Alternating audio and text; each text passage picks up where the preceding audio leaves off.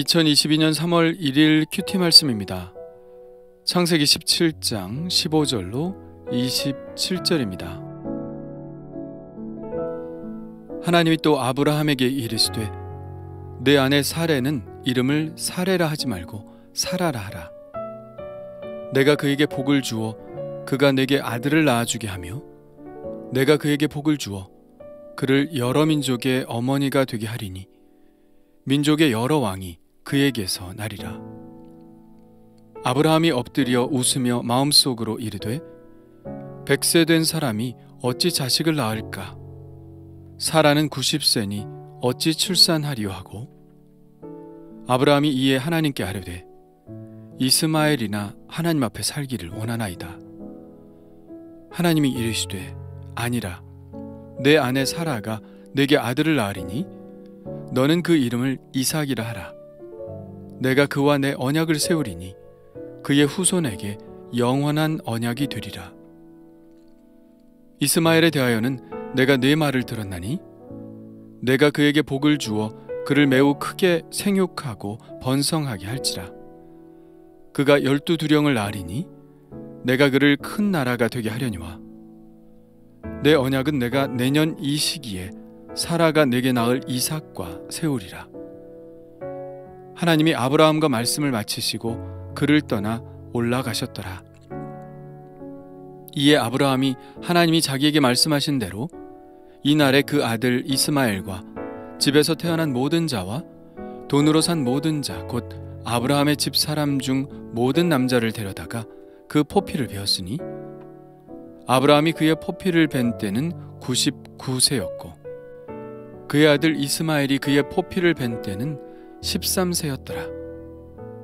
그날에 아브라함과 그 아들 이스마엘이 할례를 받았고 그 집의 모든 남자 곧 집에서 태어난 자와 돈으로 이방 사람에게서 사온 자가 다 그와 함께 할례를 받았더라.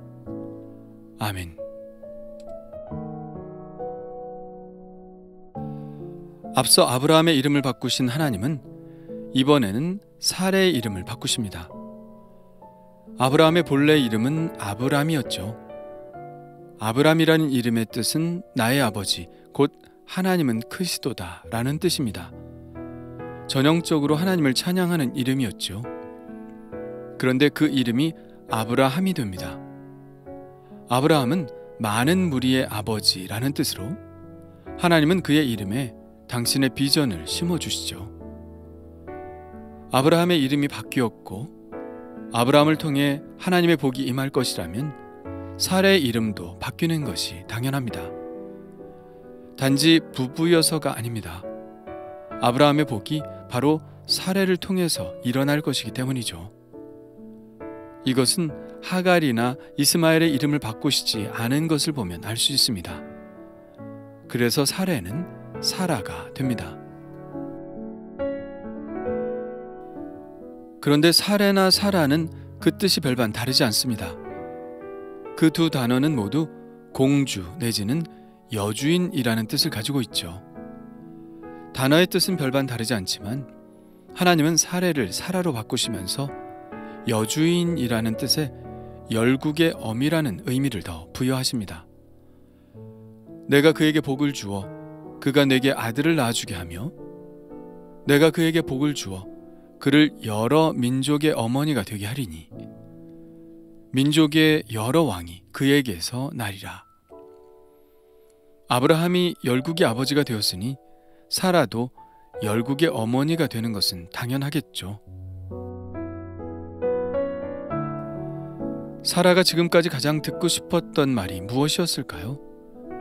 그것은 어머니라는 말이었을 것입니다. 아브라함은 이스마엘을 낳았으니 아버지라는 소리를 그래도 들었겠죠. 그러나 그것은 아브라함의 일이었지 사라와는 무관한 것이었습니다. 그러나 그 이름을 바꾸시는 일을 통해서 이제는 아브라함이 받을 복과 사라가 받을 복이 결코 무관하지 않다는 사실을 보여주십니다. 그렇습니다. 사라는 열국의 어머니가 될 것입니다. 그가 꿈에서조차 듣기를 원했던 그 어머니라는 이름. 그러나 90이 다 되도록 듣지 못했던 이름을 이제 하나님께서 불러주신 것이죠. 그러나 아브라함은 이 엄청난 약속을 믿을 수 없었습니다. 웃으며 속으로 이렇게 생각하죠. 100세 된 사람이 어찌 자식을 낳을까? 사라는 90세니 어찌 출산하리요? 그러고는 이렇게 말합니다. 이스마엘이나 하나님 앞에 살기를 원하나이다.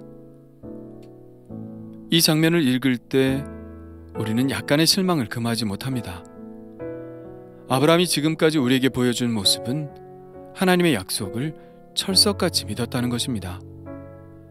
그는 12장에서 고향과 친척과 아버지의 집을 떠나 내가 내게 보여줄 땅으로 가라는 하나님의 말씀을 따라갔습니다. 15장에서는 내 몸에서 날 자가 내 상속자가 되리라고 말씀하신 그 말씀과 함께 하늘의 별과 같이 많은 자손을 주시겠다는 약속을 믿었고 그 믿음을 하나님께서 그의 의로 여기셨다고 했죠. 그런데 지금 아브라함은 하나님의 말씀을 믿지 못하고 있는 것 같네요. 그러나 아브라함이 우리에게 실망을 준 것은 아닙니다. 누구라도 그랬을 테니까요. 아브라함이 자손의 약속을 믿지 않은 것은 아닙니다. 그러나 자기 방식대로 믿었죠. 이스마엘도 어차피 자기 자식이니까 이스마엘을 통해서도 하나님의 약속이 성취될 수 있을 것이라 믿었습니다. 지금까지 그렇게 생각을 해왔고요. 사라가 아들을 낳을 수 있으리라고는 생각하지도 못했던 것 같습니다. 그러나 하나님은 사라의 이름을 바꿔주시면서 보다 선명하고도 구체적으로 말씀하시죠. 내가 그에게 복을 주어 그가 내게 아들을 낳아주게 하며 사라가 아들을 낳을 것이라는 말씀입니다. 상상도 할 수 없는 일이었죠. 사라가 아들을 낳을 수 있다니. 그에게는 또 하나의 믿음의 도전이 다가온 것입니다. 이 엄청난 약속을 과연 믿어야 하는가? 그러나 그는 상식을 따랐습니다. 이스마엘이나 하나님 앞에 살기를 원하나이다. 아브라함은 아직도 하나님이 원하시는 믿음의 수준까지 올라오지 못했습니다. 이러한 아브라함의 믿음은 어쩌면 우리를 위로하는 것 같습니다. 아브라함도 처음부터 완전한 믿음을 갖지는 못했던 것이죠. 우리는 아브라함을 생각할 때 가히 범접할 수 없는 믿음의 완전성을 생각합니다. 그러나 그도 사람이었고 매우 상식적인 사람이었습니다. 사람이 상식적으로 생각하는 것은 죄가 아니죠. 그러나 믿음은 머물러 있지 않습니다. 그것이 또한 우리의 희망이죠. 아브라함의 믿음은 계속해서 자라났습니다. 하나님은 계속해서 믿음의 도전을 그에게 주셨고 아브라함은 그 도전을 넘어섰습니다. 그렇게 믿음은 한층씩 그렇게 자라났죠. 하나님은 그의 믿음 없음을 도와주십니다. 보다 확실한 말씀으로 그에게 믿음을 불어넣어 주셨습니다. 하나님이 이르시되 아니라 내 아내 사라가 내게 아들을 낳으리니 너는 그 이름을 이삭이라 하라. 내가 그와 내 언약을 세우리니 그의 후손에게 영원한 언약이 되리라. 하나님은 아니라고 말씀하십니다. 아브라함의 생각이 틀렸다는 것이죠. 하나님의 계획은 아브라함이 생각하는 그런 계획이 아니라는 것입니다. 하나님의 계획은 사라가 아브라함의 아들을 낳는 것이었습니다. 그리고 그 이름까지도 정해주셨죠. 그리고 그와 언약을 세우시겠다는 말씀도 해주셨고 또한 그의 후손과도 영원한 언약을 세우시겠다고 말씀하십니다. 그리고 그 일이 언제 일어날 것인지도 말씀하여 주셨죠. 내 언약은 내가 내년 이 시기에 사라가 내게 낳을 이삭과 세우리라. 그렇다면 아브라함은 이 약속을 믿었을까요? 그것을 확인할 수 있는 말씀은 나와 있지 않습니다. 하나님은 말씀을 마치시고 하늘로 올라가셨으니까요. 그러나 아브라함이 하나님의 약속을 믿었음에는 틀림없습니다. 하나님은 약한 믿음을 강화시키기는 하시지만 완전한 불신 가운데 있는 사람에게 기적을 베풀어 주시지는 않으니까요. 사도 바울은 로마서에서 아브라함의 믿음을 이렇게 소개하고 있습니다.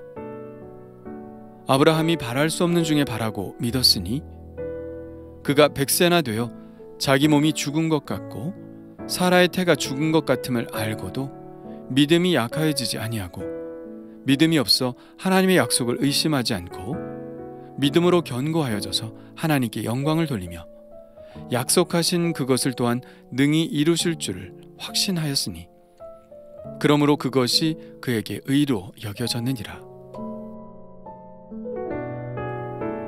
아브라함의 믿음은 그렇게 계속해서 성장해 나갑니다. 그가 하나님의 약속을 믿었다는 것은 그가 하나님이 말씀하신 대로 순종하는 모습을 보면 알 수 있습니다. 아브라함은 하나님께서 말씀하신 대로 아들 이스마엘과 이방의 종들을 포함하여 모든 종 중 남자들에게 할례를 행했죠. 그때 아브라함의 나이 99세 그리고 이스마엘의 나이 13세였습니다. 우리는 흔히 우리의 믿음 때문에 하나님이 행동하시는 것처럼 생각합니다. 이것도 틀린 것은 아니죠. 예수님도 믿음대로 될 것이라는 말씀을 자주 하셨잖아요. 그러나 그렇다고 해서 하나님이 우리의 믿음에 종속되시는 것은 아닙니다. 오히려 하나님은 우리를 연약한 믿음에서 완전한 믿음으로 이끌어 가시죠. 카톨릭에서는 견진성사라는 말이 있죠. 이것은 성숙과 성장의 성사를 의미합니다. 성령께서 우리를 완전한 믿음 가운데로 이끄신다는 것이죠. 우리는 이것을 은혜라고 말하며 성화의 과정이라고 말합니다. 믿음으로 믿음에 이르게 된다는 말씀, 그리고 은혜 위에 은혜라는 말씀이 있죠. 그렇게 하나님께서 우리에게 은혜를 부어주시는 가운데 우리의 믿음은 계속해서 성장하게 되어 있습니다. 하나님께서 우리를 이끄실 것이기 때문이죠. 사실 믿음이 생기기가 쉬운 것은 아닙니다. 믿어지지 않는데 무턱대고 믿을 수는 없으니까요. 믿어져야 믿는 것입니다. 그래서 믿음이라는 것은 어찌 보면 수동적인 것이죠. 내가 믿는 것이 아니라 믿어지는 은총이 주어지는 것입니다. 아브라함도 처음에는 믿을 수 없었습니다. 당연합니다. 엄청난 일이기 때문이죠. 하나님은 우리에게 우리의 상식을 넘어선 엄청난 일을 행하시기 때문에 당연히 믿을 수 없을 때가 많습니다. 그러나 어쨌든 하나님을 믿고 그 말씀에 순종하게 되면 우리는 결국 그 믿음의 단계로 나아갈 수 있게 됩니다. 그런데 믿음이 없이 어떻게 순종이 되냐고요? 그것은 어떤 사안에 대한 믿음보다는 하나님의 인격을 믿는 것만으로도 가능합니다. 우리가 하나님을 믿으면 순종할 수 있습니다. 그리고 우리가 순종해야 결국 믿음이 생기게 되는 것이죠. 지금은 완전한 믿음이 아닐지 몰라도 하나님의 인격을 믿음으로 순종해 가는 것은 어떨까요? 그러면 분명히 하나님께서는 우리를 더 큰 믿음 가운데로 나아갈 수 있도록 이끌어 주실 줄 믿습니다. 주님 감사합니다. 아브라함의 연약한 믿음을 보게 하시니 감사합니다. 제가 지금은 완전한 믿음을 가지고 있지 않다 하더라도 저 자신에 대해 실망하지 않겠습니다. 그러나 저는 하나님의 인격을 믿으니 순종할 수 있을 것 같습니다. 하나님께서 저의 연약한 믿음을 아시고 완전한 믿음 가운데로 이끌어 주실 줄 믿습니다.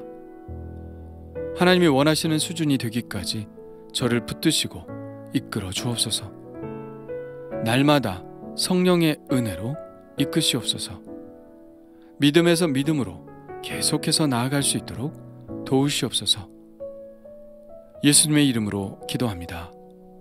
아멘.